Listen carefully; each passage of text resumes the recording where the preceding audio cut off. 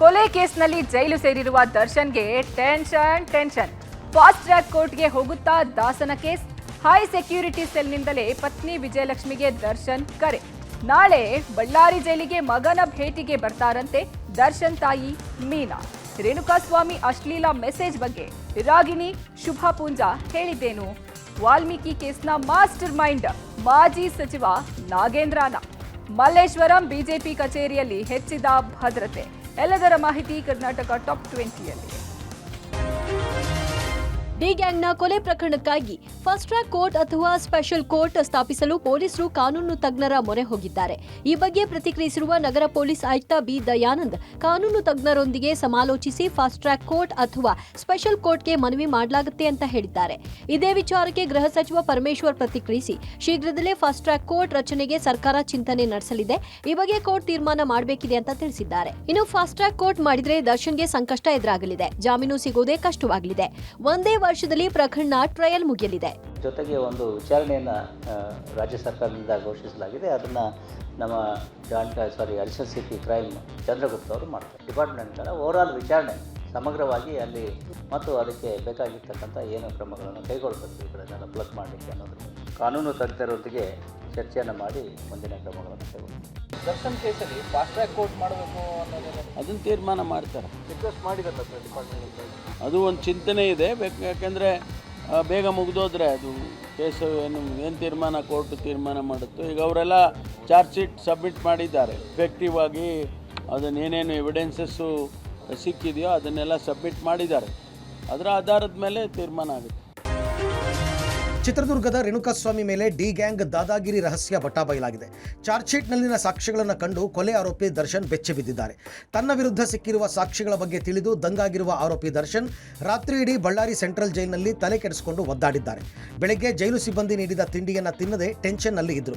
ಮಧ್ಯಾಹ್ನ ಜೈಲು ಮೆನು ಪ್ರಕಾರ 250 gram chicken, 3 chapati, ಸ್ವಲ್ಪ ಅನ್ನ, ಮಜ್ಜಿಗೆಯನ್ನು ನೀಡಲಾಯಿತು. ಅಲ್ಲದೆ ಮುಂದಿನ ಕಾನೂನು ಹೋರಾಟದ ಬಗ್ಗೆ ಚರ್ಚಿಸಲು ಪತ್ನಿ ಮತ್ತು ವಕೀಲರ ಜೊತೆ ಮಾತನಾಡಲು ಅವಕಾಶ ಮಾಡಿಕೊಡಲಾಯಿತು.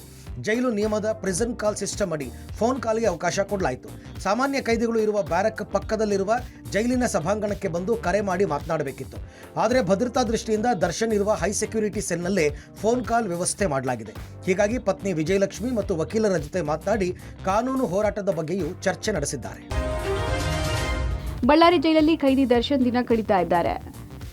ಪತಿ ಬಿಡುಗಡೆಗಾಗಿ ಪತ್ನಿ ವಿಜಯಲಕ್ಷ್ಮಿ ಶಕ್ತಿ ದೇವತೆಯ ಮೊರೆ ಹೋಗಿದ್ದಾರೆ. ಕೊಲ್ಲೂರು ಮೂಕಾಂಬಿಕೆ ದೇಗುಲದಲ್ಲಿ ದರ್ಶನ್ ಬಿಡುಗಡೆಗಾಗಿ ಹಲವು ಹೋಮಗಳನ್ನು ವಿಜಯಲಕ್ಷ್ಮಿ ಮಾಡಿಸಿದ್ರು. ಜೈಲಲ್ಲಿ ರಾಜಾತಿಥ್ಯ ಪ್ರಕರಣದ ಬಳಿಕ ಬಳ್ಳಾರಿ ಜೈಲಿಗೆ ದರ್ಶನ್ರನ್ನ ಸ್ಥಳಾಂತರ ಮಾಡಲಾಯಿತು. ಬಳ್ಳಾರಿ ಸೆಂಟ್ರಲ್ ಜೈಲಿಗೆ ದರ್ಶನ್ ಶಿಫ್ಟ್ ಆದಮೇಲೆ ವಿಜಯಲಕ್ಷ್ಮಿ ಮಂತ್ರಾಲಯದ ರಾಯರ ಮಠಕ್ಕೂ ಭೇಟಿ ಕೊಟ್ಟರು. ಇದೀಗ ಅಸ್ಸಾಂನ ಗುವಾಹಟಿಯಲ್ಲಿರುವ ಕಾಮಾಖ್ಯ ದೇಗುಲಕ್ಕೆ ವಿಜಯಲಕ್ಷ್ಮಿ ಭೇಟಿ ಕೊಟ್ಟರು. ಪತಿಯ ಬಿಡುಗಡೆಗಾಗಿ ವಿಜಯಲಕ್ಷ್ಮಿ ಕಾನೂನು ಹೋರಾಟ ಮುಂದುವರೆಸಿದ್ದಾರೆ. ಇದರ ಮಧ್ಯೆ ದರ್ಶನ್ ಪತ್ನಿ ವಿಜಯಲಕ್ಷ್ಮಿ 51 ಶಕ್ತಿ ಪೀಠಗಳಲ್ಲಿ ಒಂದಾಗಿರುವ ಕಾಮಾಖ್ಯ ದೇವಿಯ ಮೊರೆ ಹೋಗಿದ್ದಾರೆ. ದೇಗುಲಕ್ಕೆ ಭೇಟಿ ಕೊಟ್ಟ ಫೋಟೋ ಶೇರ್ ಮಾಡಿ ಪ್ರೇಯರ್ ಇಸ್ ಪವರ್ಫುಲ್ ಅಂತ ವಿಜಯಲಕ್ಷ್ಮಿ ಅಡಿಬರಹ ನೀಡಿದ್ದಾರೆ. ಆದರೆ ಎಲ್ಲೂ ದೇವಸ್ಥಾನದ ಹೆಸರನ್ನ ವಿಜಯಲಕ್ಷ್ಮಿ ಉಲ್ಲೇಖಿಸಿಲ್ಲ. ಡಿ ಗ್ಯಾಂಗ್ನಿಂದ ಹತ್ಯೆಯಾದ ರೇಣುಕಾಸ್ವಾಮಿ, ಪವಿತ್ರ ಗೌಡ ಮಾತ್ರ ಅಲ್ಲ, ಸ್ಯಾಂಡಲ್ವುಡ್ನ 2 ನಟಿಯರಿಗೆ ಅಶ್ಲೀಲ ಮೆಸೇಜ್ ಬಂದಿತ್ತು ಎನ್ನಲಾಗಿತ್ತು.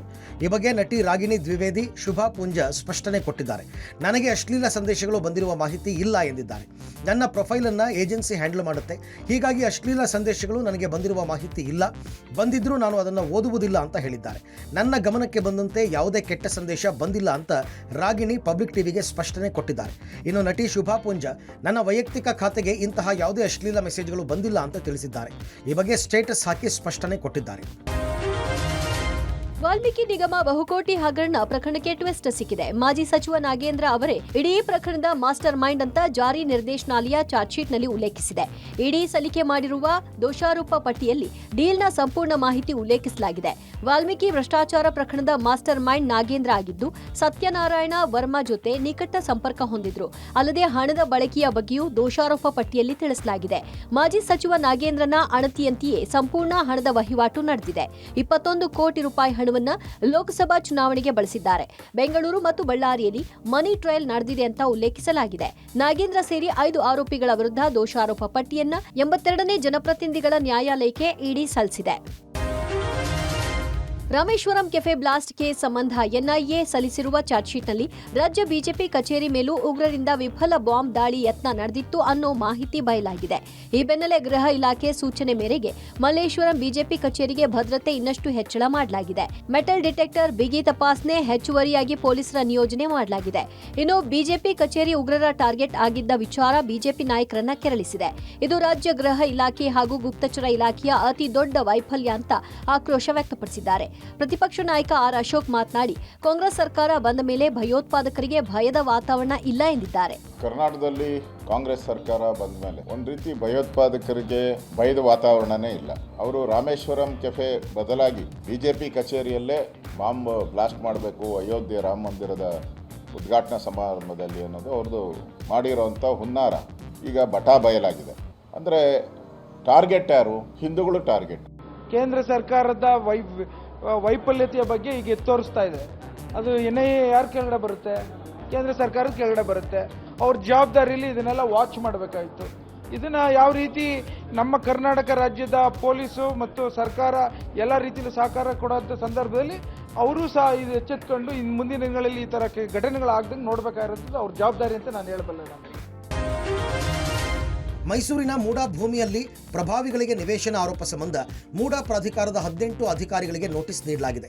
ಮೈಸೂರು ಲೋಕಾಯುಕ್ತದಿಂದ ನೋಟಿಸ್ ಜಾರಿ ಮಾಡಲಾಗಿದೆ. 2017ರಲ್ಲಿ ಆರ್ಟಿಐ ಕಾರ್ಯಕರ್ತ ಗಂಗರಾಜು ನೀಡಿದ್ದ ದೂರಿನ ಅನ್ವಯ ಸರ್ಕಾರದ ಅನುಮತಿ ಪಡೆದು 2022ರಲ್ಲಿ ಲೋಕಾಯುಕ್ತ ಪ್ರಕರಣ ದಾಖಲಿಸಿಕೊಂಡಿತ್ತು. ಹಿನಕಲ್ ಸರ್ವೆ ನಂಬರ್ 89ರ ನಿವೇಶನ ಹಂಚಿಕೆ ಮತ್ತು ಮೂಡಾದ 7.18 ಗುಂಟೆ ಜಮೀನಿನಲ್ಲಿ ನಿವೇಶನ ಮಾಡಿ 350ಕ್ಕೂ ಹೆಚ್ಚು ಪ್ರಭಾವಿ ಅಧಿಕಾರಿಗಳಿಗೆ ಹಂಚಿರುವ ಆರೋಪದ ಅಡಿ ನೋಟಿಸ್ ಅನ್ನು ನೀಡಲಾಗಿದೆ. ಮೂಡಾ ಸೂಪರಿಂಟೆಂಡೆಂಟ್ ಇಂಜಿನಿಯರ್, ಕಾರ್ಯದರ್ಶಿ ಸೇರಿದಂತೆ 2017ರಲ್ಲಿ ಕರ್ತವ್ಯ ನಿರ್ವಹಿಸಿದ್ದ ಅಧಿಕಾರಿಗಳಿಗೆ ನೋಟಿಸ್ ಜಾರಿ ಮಾಡಲಾಗಿದೆ. ಹಾಗಾಗಿ ಇಮಿಡಿಯೇಟ್ಲಿ ನಮ್ಮ ಈ ಮೂಡ ಆಸ್ತಿಗಳನ್ನೆಲ್ಲ ನಮ್ಮ ಬಿಲ್ಡಿಂಗ್ ಸೆಕ್ಷನ್ ಅಂತ ಒಂದಿರುತ್ತೆ, ಅವರು ಮೇಂಟೈನ್ ಮಾಡ್ತಾ ಇರ್ತಾರೆ.